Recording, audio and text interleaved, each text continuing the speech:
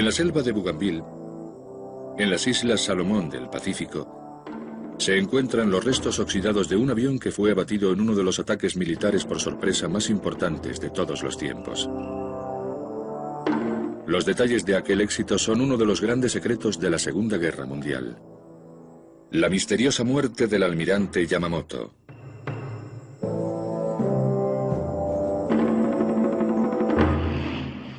La mañana del domingo 18 de abril de 1943, 16 cazas Lockheed P-38 Lightning despegaron de Guadalcanal.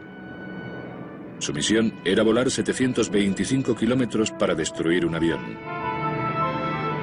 Debían permanecer en silencio radial y llevarían depósitos adicionales de combustible debido al largo recorrido del ataque. Los cazas volaban a ras de mar, a tan solo 9 metros sobre las olas. Técnicamente era un trabajo casi imposible. Un movimiento equivocado y el avión perdería a su objetivo por horas, kilómetros o ambas cosas. Si lo conseguían, sería un milagro, pero las implicaciones de aquella misión secreta eran asombrosas. Los pilotos estadounidenses tenían órdenes de matar al comandante militar de otra nación. La guerra era una cosa, pero el asesinato era diferente. La decisión era militar. El presidente de los Estados Unidos había autorizado la misión. Les había dado licencia para matar.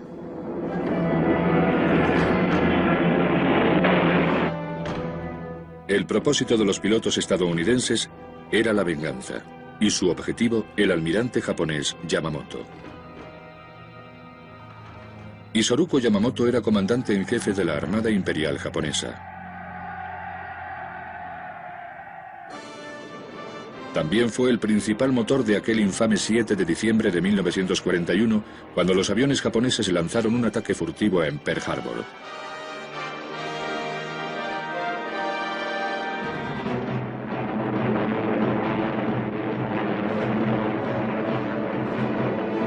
Tomaron totalmente por sorpresa la base naval de los Estados Unidos en Hawái.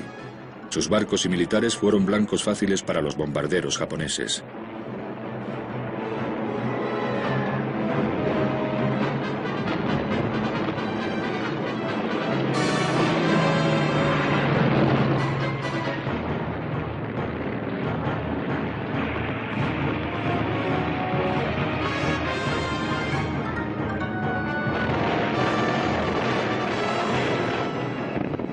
Causaron importantes daños a 8 acorazados y acabaron con la vida de más de 3.000 militares estadounidenses. En abril de 1943 se vengarían de aquel ataque. Pero ¿cómo sabían los pilotos estadounidenses que Yamamoto estaría en aquel preciso lugar a aquella hora?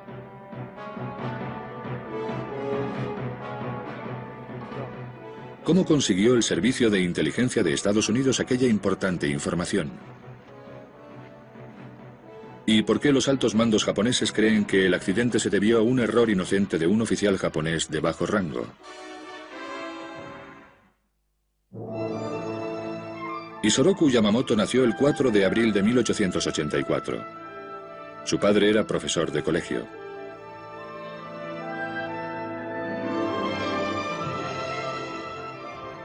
Su familia vivía en un apartado pueblo del noroeste de Japón.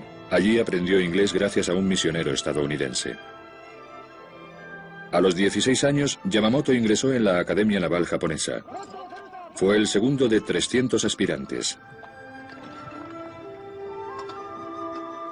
La academia se basaba en la Marina Real Británica. Seguía un régimen espartano exigiendo altos niveles de aptitudes físicas.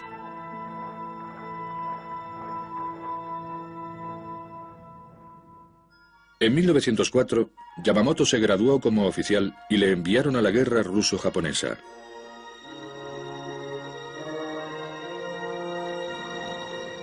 Estuvo a las órdenes del almirante Togo en la batalla de Tsushima, en la que Japón derrotó a la flota rusa. Yamamoto resultó herido en combate perdiendo 2 dedos de la mano izquierda. Pero la batalla de Tsushima le enseñó una importante lección. Una flota moderna podía derrotar fácilmente a otra que se había quedado anticuada. Aquello motivó a Yamamoto, que empezó a buscar lo más nuevo y mejor de la guerra naval occidental. En 1915 le dijo a un periodista estadounidense que el buque de guerra más importante del futuro sería aquel que pudiera transportar aviones. En aquella época, la armada japonesa ya era la flota más moderna de Asia.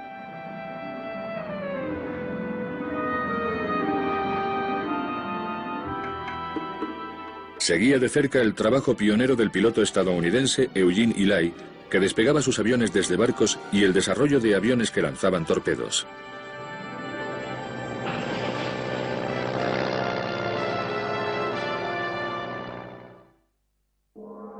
Yamamoto se casó en 1918, el mismo año en que acabó la Primera Guerra Mundial.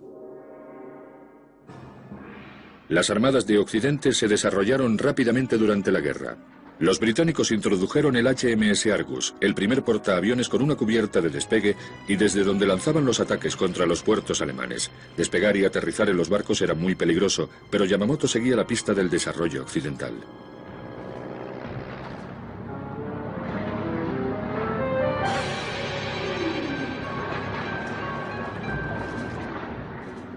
Viajó hasta Estados Unidos y le impresionó su modernización y su potencial industrial. Pasó 2 años en Harvard estudiando el diseño y la aplicación del armamento naval occidental.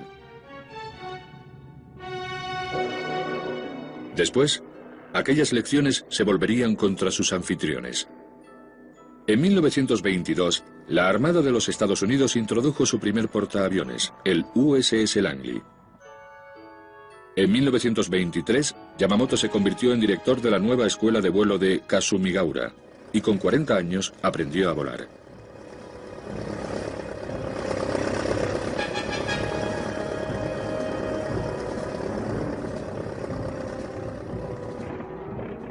Su disposición para liderar desde el frente inspiraba a sus estudiantes.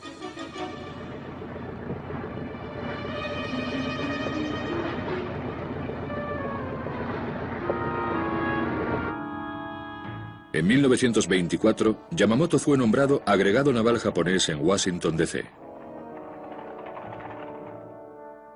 Pero en aquella época, algo había cambiado en Yamamoto. Sus intereses ya no eran meramente diplomáticos. Había pasado de estudiar de forma legítima el armamento naval occidental a espiar a la defensa de la Marina de los Estados Unidos. Durante los años 20, la armada japonesa aumentó. Tal y como Yamamoto había previsto, Japón adquirió 4 modernos portaaviones. La continua expansión de su armada no pasó desapercibida. Las tensiones militares entre Japón y China empezaron a aumentar. Japón había expresado sus ambiciones imperiales al invadir Manchuria en 1931 y avanzar hacia China. Para los mandamases estadounidenses, el trabajo de Yamamoto formaba parte de un preocupante patrón.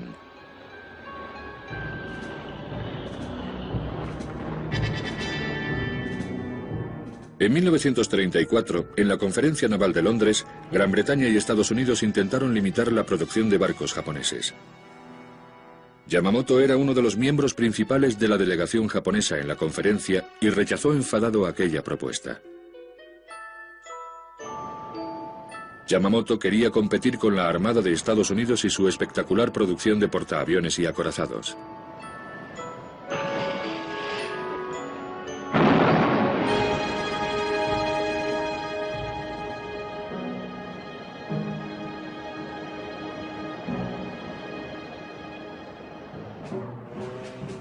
Solo 3 años después, en China, los aviones japoneses bombardearon y destruyeron un cañonero estadounidense, el USS Panay.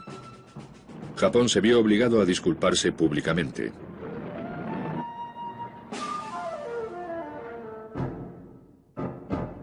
Al mismo tiempo, en Europa aumentaba el poder de los dictadores como Hitler y Mussolini. Una alianza con ellos parecía el mejor modo de cumplir los objetivos japoneses. Los generales japoneses y el emperador iban camino de la guerra. El esfuerzo de Yamamoto pronto se pondría a prueba, pues iba directo a hacer frente a lo peor de Estados Unidos. Hacia finales de los años 30, La posibilidad de una guerra mundial era cada vez más real. Sin embargo, no toda la armada japonesa pensaba que fuera una buena idea. El almirante Yamamoto declaró que la armada japonesa no estaba preparada para enfrentarse a los Estados Unidos. Era pesimista con el resultado debido al inmenso potencial industrial de Estados Unidos. Para conseguir la victoria, dijo, tendríamos que ir hasta Washington y firmar el tratado en la Casa Blanca. En 1936, Yamamoto fue nombrado subcomandante de la Armada japonesa. Solo 3 años después, le nombraron comandante en jefe de la Armada Imperial. Entonces, Japón tenía la tercera flota más grande del mundo, por detrás de Gran Bretaña y Estados Unidos.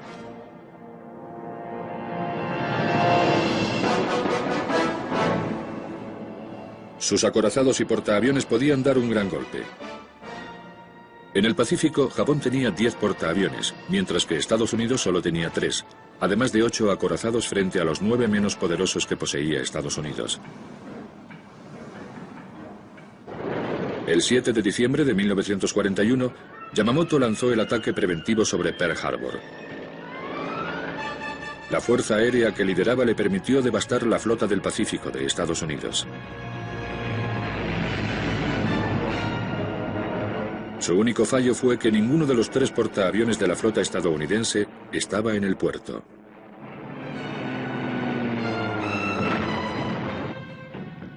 Tras Pearl Harbor, los japoneses asaltaron las tierras de todo el sureste de Asia, tomando las posesiones británicas y estadounidenses.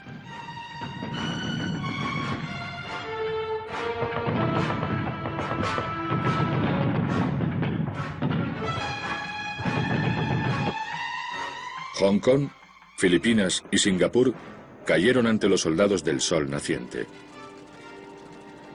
Pero los japoneses no sabían que Estados Unidos tenía un arma secreta muy poderosa. Antes de la guerra, la inteligencia de Estados Unidos había descifrado los códigos de la Armada japonesa. Las máquinas tabuladoras IBM presentaban el texto descodificado en un japonés simple. El teniente Thomas H. Dyer estaba al mando de la División de Decodificación de los Estados Unidos. Teníamos que trabajar en lo que llamábamos el sistema JM-25. JM-25 era importante porque lo llevaba la mayor parte de la flota japonesa. Inmediatamente, invertimos todo nuestro esfuerzo en descifrarlo. Durante la guerra, ese sistema constaba de 14 o 15 códigos diferentes y posiblemente hasta 30 o 40 superpuestos. Yo calculo que más o menos el 75% de las comunicaciones de la Armada japonesa estaban en JM-25. Para los japoneses, aquello fue un error de dimensiones épicas. Todos sus mensajes secretos llegaban a los altos mandos estadounidenses que los leían como un libro abierto. Aquel logro de la inteligencia fue muy beneficioso en junio de 1942 en la batalla de Midway. Gracias al conocimiento previo de las posiciones japonesas, la Marina de los Estados Unidos envió aeroplanos desde sus portaaviones para batir a la flota japonesa en la que sería su primera gran derrota. Los 4 portaaviones de Yamamoto fueron destruidos.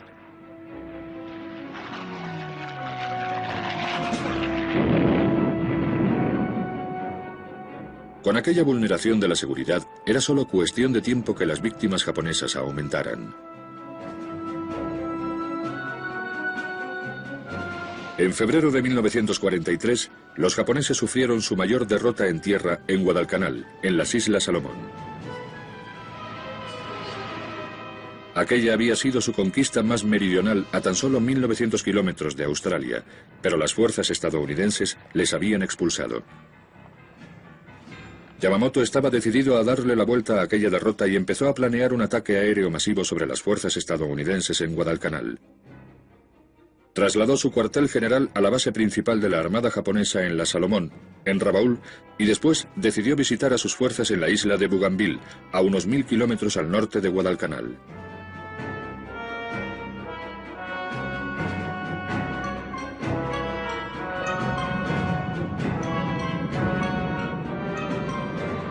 El vuelo de Yamamoto le llevaría a la línea de fuego de la guerra en el Pacífico.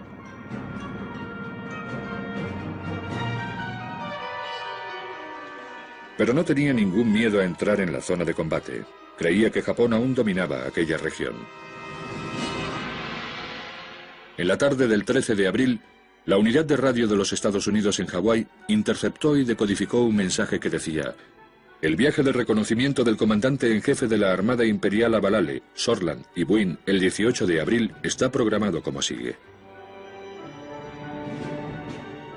El mensaje detallaba las horas y lugares exactos del viaje de Yamamoto. Todos los detalles de su vuelo estaban entonces en manos de los Estados Unidos. Irónicamente, solo 3 meses antes, los códigos navales japoneses se habían actualizado.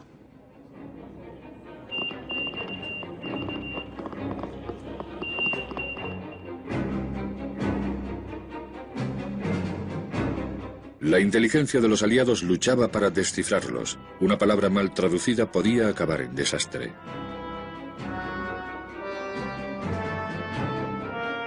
Mientras tanto, en una patrulla rutinaria por el Pacífico, la fragata neozelandesa Kiwi interceptó un submarino japonés. A bordo encontraron una mina de oro, la última versión del libro de códigos japoneses. Se apoderaron de los libros y así pusieron al día todos los sistemas. El comandante del Kiwi, Gordon Bridson, describiría después aquel logro. A las 9 en punto, el Kiwi estableció contacto con un submarino. Atacamos con cargas de profundidad y al final, con la fosforescencia del agua, pudimos ver un esbozo del submarino. Lanzamos 2 cargas de profundidad más y entonces pareció que lo habíamos perdido. Poco después lo localizamos en la superficie y conseguimos dispararle 3 veces y ellos a nosotros otras 3. Al final cometieron el error de dar la vuelta frente a nosotros y cruzar nuestra proa, o intentar cruzar nuestra proa. Y entonces, nosotros atacamos por tercera vez. Le dije al ingeniero jefe que lo pusiera a toda máquina y me preguntó ¿para qué? Y yo le dije que para atacar. Y me dijo, ¿qué más se hace para atacar? Y le dije que no lo sabía, que tampoco lo había hecho nunca. Así que lo puso a toda máquina, les dimos y nos pusimos encima. Lo primero que pensé al estar encima del submarino fue, debe de ser horrible estar ahí. Por la mañana, vimos que la proa del submarino sobresalía por encima del agua, así que no dudamos del resultado de la acción. Los japoneses mantenían que habían destruido los libros de códigos, pero los estadounidenses no pensaban lo mismo. Fue muy fácil descifrar el código. Yamamoto estaría al alcance de las fuerzas estadounidenses. Era la oportunidad de vengar el ataque a Pearl Harbor. El mensaje interceptado de Yamamoto pasó entonces a Frank Knox, secretario de la Marina en Washington, D.C.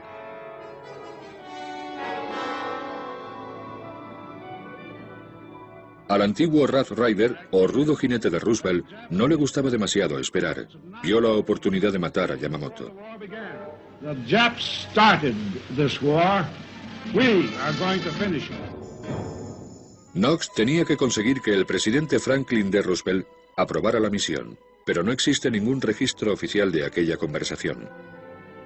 Sin embargo, está claro que Roosevelt consintió el intento de asesinato. El capitán Eli Zacharias y su equipo de inteligencia naval tuvieron que recopilar una lista de precedentes internacionales para el asesinato. Yamamoto se convertiría en el primer líder enemigo asesinado oficialmente por el gobierno de Estados Unidos. El 14 de abril de 1943, el cuartel general de las Fuerzas Aéreas del Ejército de los Estados Unidos en las Islas Salomón recibió un mensaje extraordinario. Era del almirante Bull Halsey. Les daban luz verde para matar al almirante Yamamoto. Solo tenían unos pocos días para prepararse para lo que todos sabían que sería un ataque tremendamente complicado y peligroso. Bougainville estaba a unos 1000 kilómetros de la base estadounidense de Henderson Field, de Guadalcanal, más allá del alcance de cualquier caza estadounidense. Pero los planificadores sabían que había un tipo de avión en Guadalcanal que podría conseguirlo. Se había utilizado allí mismo en el Escuadrón 339 un año antes. Era el P-38 Lightning.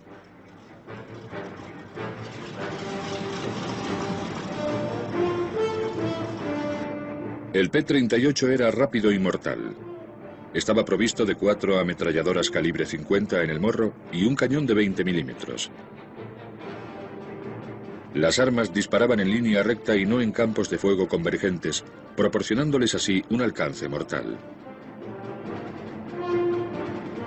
El Lightning también podía transportar 2 bombas de 450 kilos o 2 tanques adicionales de combustible. Su velocidad máxima era de 635 kilómetros a 8.000 metros de altitud y era fácilmente maniobrable. Pero lo más importante era que gracias a aquellos tanques de combustible adicionales, el P-38 podía llegar a Bougainville.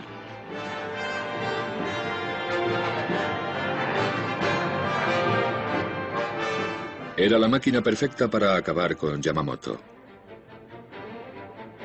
El Escuadrón 339 era el primer escuadrón de cazas bimotores del Pacífico. Su comandante era Henry Bichelio.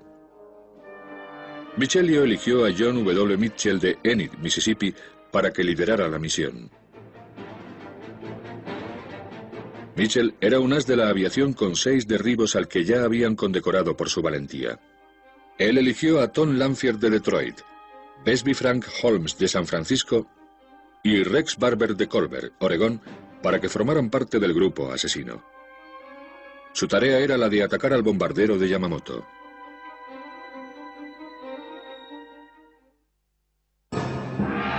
Mientras los planes estadounidenses del ataque sorpresa estaban en marcha, el comandante de la flota japonesa estaba decidido a mantener el control sobre las Islas Salomón. Pocas semanas antes, había enviado más aviones para atacar a los estadounidenses en la zona y asestar un golpe decisivo contra sus bases en Guadalcanal. Yamamoto había volado a Rabaul el 3 de abril de 1943 para supervisar personalmente la ofensiva. El ataque empezó 4 días después. Unos 188 aviones japoneses lucharon en una encarnizada batalla aérea sobre Guadalcanal, atacando a los aviones estadounidenses en el aire y en tierra.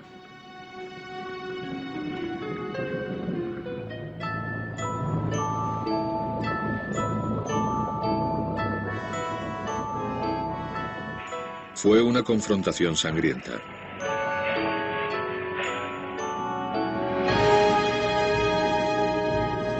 Pero a pesar de la enorme destrucción de las bases aéreas estadounidenses en tierra, aquel no fue el golpe demoledor que buscaba Yamamoto. Entonces, el 18 de abril, decidió visitar las bases japonesas de Bougainville y alrededores para reunir a sus tropas.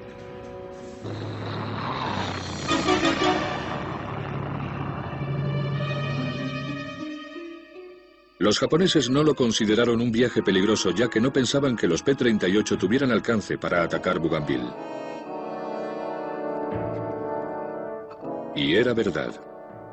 A no ser que los Lightning llevaran combustible adicional. Los planes ya se habían puesto en marcha para que un escuadrón de élite interceptara a Yamamoto. En aquel mensaje que venía de Pearl Harbor, nos decían que nos preparásemos para derribarlo.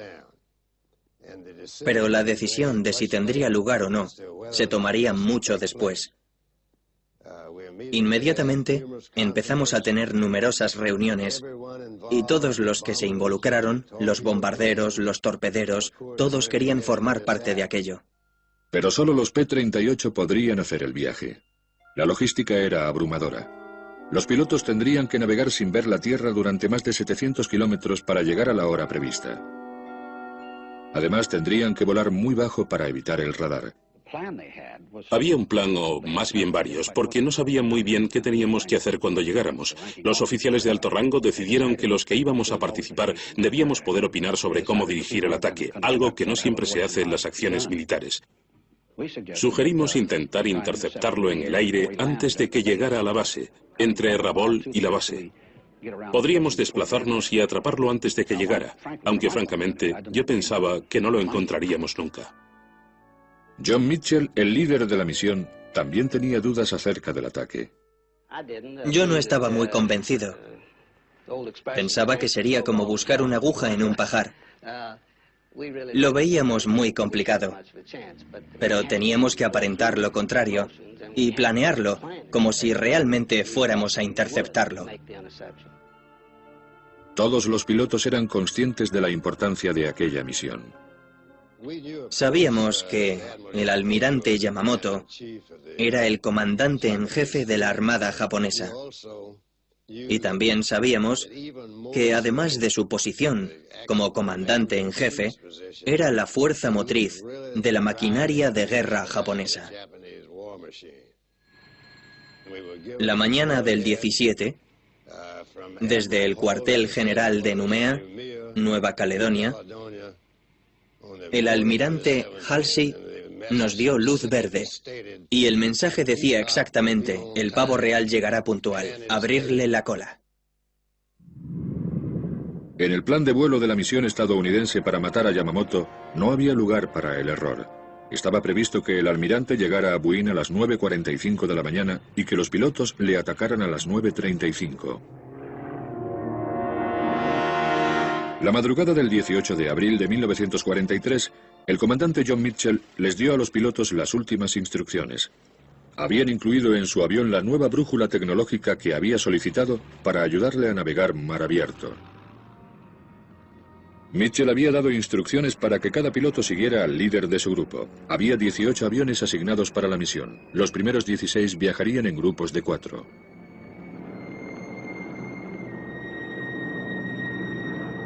Mitchell dirigió la misión hasta el cielo.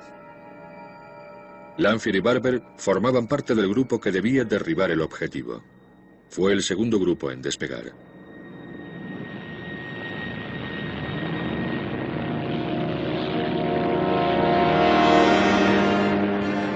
Todos los aviones iban llenos de combustible. Los B-24 llevaban los tanques de combustible adicionales que necesitaban los P-38. Debido al peso extra, los aviones tenían que acelerar hasta el final de la pista antes de usar las alas para despegar.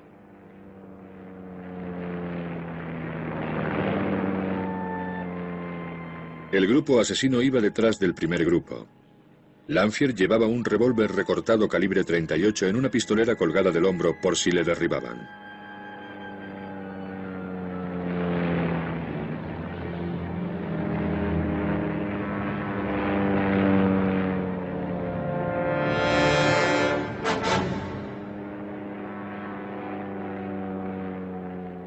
Uno de los aviones del grupo asesino tuvo un problema en la rueda mientras aceleraba por la pista.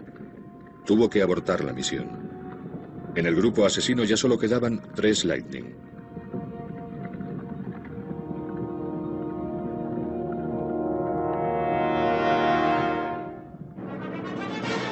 El último de los aviones se colocó en formación a las 7:25 de la mañana. Mitchell les dirigió en una tranquila curva al pasar el extremo norte de Guadalcanal. Los pilotos estadounidenses cambiaron a los nuevos tanques del ala en cuanto estuvieron en formación, pero enseguida se dieron cuenta de que otro de los aviones tenía problemas. Estaba pilotado por Joe Moore y también formaba parte del grupo asesino. El motor de Moore empezó a funcionar mal cuando cambió de los tanques principales de combustible a los descartables. Elevó su Lightning hacia el de Lanphier y le comunicó por señas que no le funcionaban los tanques descartables. Lanphier le hizo gestos para que volviera a la base. En el grupo asesino ya solo quedaban 2 aviones.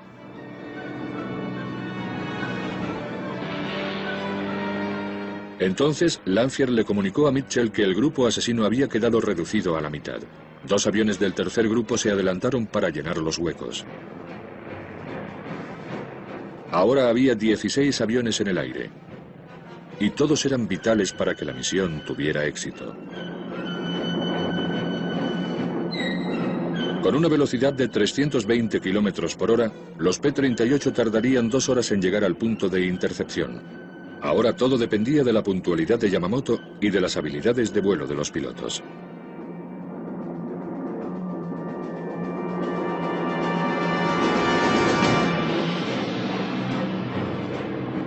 Los 16 Lightning volaban con 30 metros de separación entre ellos. Volaban muy bajo, intentando permanecer unos 9 metros por encima del mar. A veces bajaban hasta los 3 metros. El mar estaba en calma y algunos pilotos vieron tiburones debajo de ellos. No podían permitirse caer al agua. Al volar tan bajo con un sol resplandeciente sobre ellos, el interior de los aviones se convirtió en un horno. Estaban diseñados para volar mucho más alto y no tenían mecanismos de enfriamiento.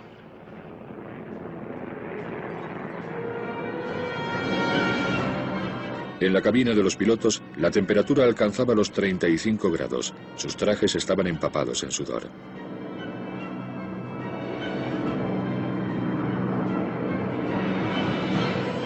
Afortunadamente, después de los problemas iniciales, todos los P-38 volaban perfectamente.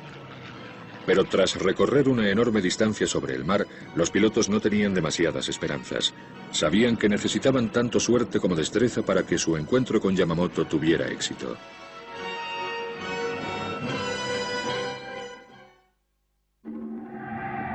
A más de 800 kilómetros de allí, el bombardero de Yamamoto, llamado Betty por los aliados, partió del aeropuerto de Rabaul a las 8 de la mañana, solo media hora después de sus perseguidores. En lugar de su habitual uniforme blanco, Yamamoto llevaba uno de un color caqui llamativo. En el avión le acompañaban 3 oficiales japoneses. Detrás de su avión iba otro Betty y 6 cazas Cero del escuadrón 309. Volaron durante 90 minutos hacia Bougainville. Cuando llegaron a la costa de la isla, descendieron a 670 metros. Eran exactamente las 9:30 de la mañana. Mitchell y sus 15 compañeros seguían en formación mientras se dirigían a Bougainville. Mitchell miró su reloj. Eran las 9:34 de la mañana. Íbamos un minuto por delante, según mis cálculos. El día estaba bastante nublado cuando avistamos tierra. Según mi reloj, debíamos estar ya allí, y me preocupaba no ser capaz de llegar a Bougainville. Con la señal de Mitchell, el silencio radial se rompió. Estaban listos para el asesinato.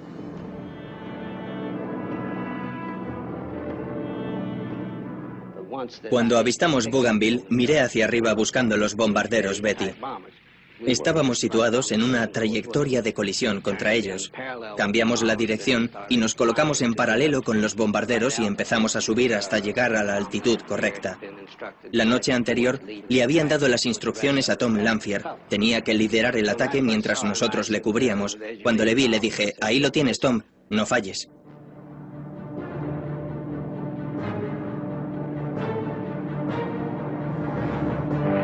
Cuando Tom Lanphier les dirigió sobre Bougainville, el enfrentamiento se volvió caótico. O nosotros llegamos un par de minutos antes o ellos un par de minutos tarde, porque cuando les vi estábamos delante de ellos y por debajo. Era un lugar muy incómodo tácticamente. Pero no conseguíamos interceptarles, lo que era algo totalmente increíble, no sé cómo fue. El bombardero principal bajó en picado y el segundo dio la vuelta y vino hacia nosotros y los 3 ceros de la izquierda dejaron caer sus tanques y vinieron hacia mí. Eso es lo que yo vi desde allí. Aquellos 3 se iban acercando y el bombardero principal bajaba y se alejaba cada vez más, así que me enderecé y fui hacia los 3 ceros porque no podía pasar. Le disparé al del medio y pareció que se le desprendía el ala y me pasó por debajo. Los otros 2 pasaron junto a mí y yo di la vuelta y vi que el bombardero iba por encima de las copas de los árboles en dirección a Kahili. Así que yo bajé a perseguirle. Él iba hacia el aeropuerto y yo iba hacia él por la derecha, desde donde es imposible disparar a otro avión. No se puede. Además, el otro avión iba a unos 300 kilómetros por hora y yo también iba a esa velocidad. Así que para asegurarme de que todo funcionaba bien, comprobé las ametralladoras mucho antes de comprender que tenía que disparar y entonces su motor empezó a arder. Le había dado. Si hubiera esperado a estar preparado, le habría pasado y él se habría salvado. Pero empezó a arder, y cuando llegué detrás de él, cuando empecé a pasarle, entonces metió el morro entre los árboles y estalló.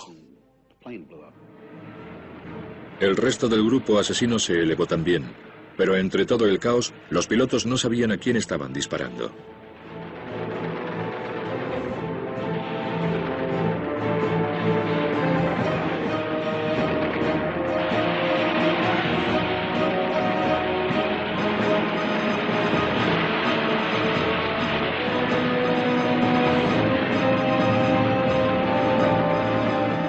Rex Barber disparó a uno de los Betty cuando pasaba rozando las copas de los árboles. Podría ser el mismo al que disparó Lanphier. Yo estaba convencido de que habíamos derribado al almirante Yamamoto. Sentía que habíamos culminado la misión. Estaba seguro de que estaba muerto.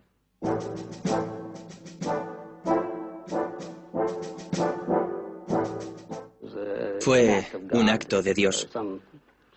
Yo creo que debía de estar presente algún tipo de fuerza superior para que aquello ocurriese así.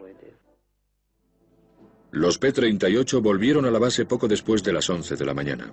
Habían derribado los 2 bombarderos y 3 ceros. Solo uno de los P-38 no volvió, el pilotado por Ray Hine. Cuando aterricé, había un montón de gente a ambos lados de la pista. Parecían hinchas en un partido de fútbol, estaban muy emocionados por lo que habíamos hecho. Después de todo, cuando te pasas meses y meses en medio de una triste guerra, acabar con el tipo que desde tu punto de vista fue el causante es algo bastante emocionante. No teníamos ninguna prueba concreta de que el almirante hubiera caído. Sin embargo, en cuestión de horas, las comunicaciones por radio de los japoneses desde Bougainville y Rabaul a Japón aumentaron enormemente. Todo indicaba que había pasado algo inusual. Era cierto. El almirante Yamamoto había muerto. Después de aterrizar, Barber y Lanphier iniciaron una discusión acerca de quién había derribado cada bombardero. El informe que se redactó justo después del ataque les atribuía a ambos el derribo de los 2 bombarderos. No se llegó a conseguir una atribución definitiva. El éxito de la misión se comunicó al almirante Halsey con el mensaje en clave: la comadreja ha reventado. Halsey les envió a los pilotos 2 cajas de whisky de combate. Al día siguiente empezó la segunda fase de la misión. Se envió un segundo vuelo de P-38 en misión de reconocimiento a Bougainville. Era el inicio de una maniobra oficial de encubrimiento. La muerte de Yamamoto debía parecer un desastroso accidente. Los japoneses no podían descubrir que se había descifrado su código. Los vuelos estadounidenses debían proseguir normalmente. Para mantener el secreto, no se habló del éxito de la misión con la prensa estadounidense. El ingenioso ataque quedó escondido tras otras noticias de guerra. Al principio, los japoneses sospecharon que el código se había descifrado, pero un análisis interno determinó que fue el uso a poca altura por parte de un oficial de bajo rango lo que pudo haber revelado el mensaje. Los japoneses seguían pensando que su código principal estaba intacto. Pocas horas después del derribo en la selva de Bougainville, unos nativos encontraron los restos del bombardero japonés.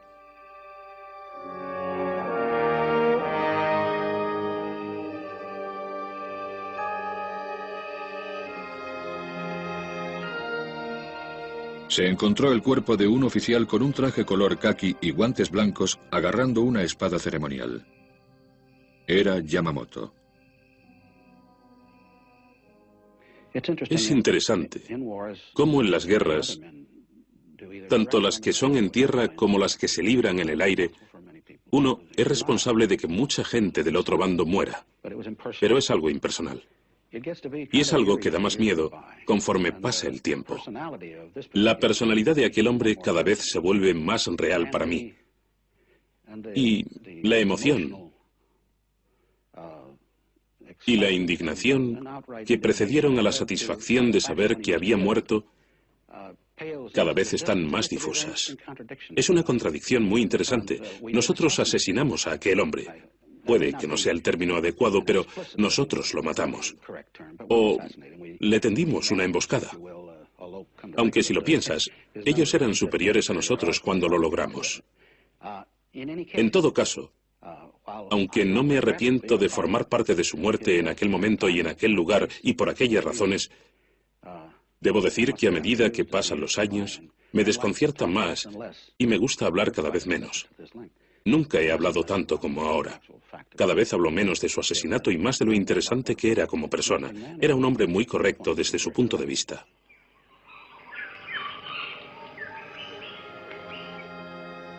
El cuerpo de Yamamoto fue incinerado y sus cenizas se depositaron en una pequeña caja blanca de madera. Japón recibió la noticia de su muerte un mes después del derribo. El funeral de Estado se celebró en Tokio. La acogida fue abrumadora. Se dice que 1 millón de japoneses salieron a la calle. El almirante Togo, el conquistador de Tsushima, fue la otra persona de origen humilde a la que le dieron una despedida similar.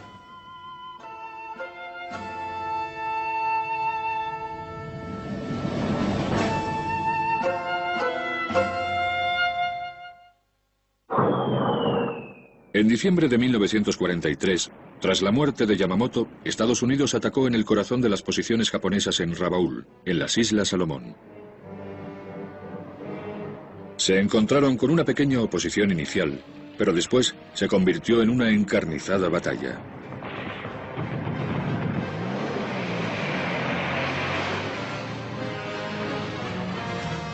La muerte de Yamamoto no acabó con la guerra en el Pacífico. Aún quedaba un largo camino por recorrer, pues durante los siguientes 2 años y medio, las tropas japonesas lucharon a muerte en varias islas.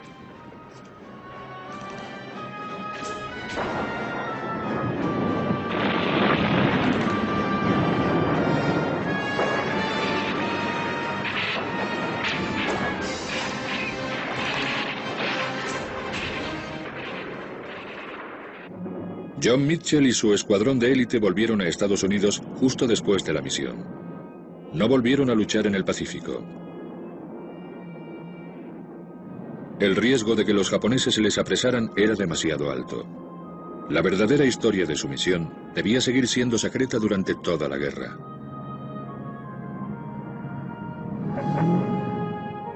Todos los pilotos del escuadrón asesino subieron de categoría. A Lanphier, Barber y Holmes les concedieron la Cruz de la Marina por su extraordinario heroísmo. El líder de la misión, Mitchell, también fue condecorado. Reichheim recibió una Cruz de la Marina póstuma. Pero la polémica acerca de qué piloto había derribado a Yamamoto seguía adelante. En un artículo de 1966 de la revista Reader's Digest, Tom Lanphier afirmaba que él había derribado a Yamamoto sin la ayuda de nadie. Lanphier falleció en 1987. En 1996, más de 50 años después del asesinato del almirante Yamamoto, Rex Barber, con 78 años, se presentó ante el Tribunal de Apelación de los Estados Unidos en San Francisco. Con el apoyo de Mitchell y otros veteranos de las fuerzas aéreas, iba dispuesto a demostrar que fue él y no Lanphier quien derribó el avión de Yamamoto. El informe oficial de las fuerzas aéreas declaraba que ambos pilotos habían derribado el bombardero y que debían compartir el reconocimiento, pero todavía había lugar para la polémica. Los jueces decidieron por un 3-0 que era mejor dejar el asunto en manos del ejército.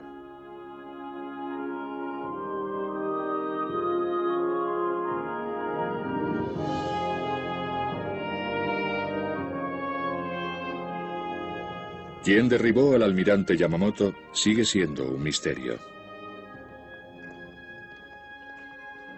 Lo que es cierto es que la operación para interceptarle fue un logro extraordinario. Combinó la decodificación de un importante código con la excelencia técnica perfectamente ejecutada por los pilotos. Sigue siendo una de las misiones de caza y derribo más importantes de la historia. Una maniobra que tuvo lugar sobre una pequeña isla en medio del Pacífico hace casi 60 años.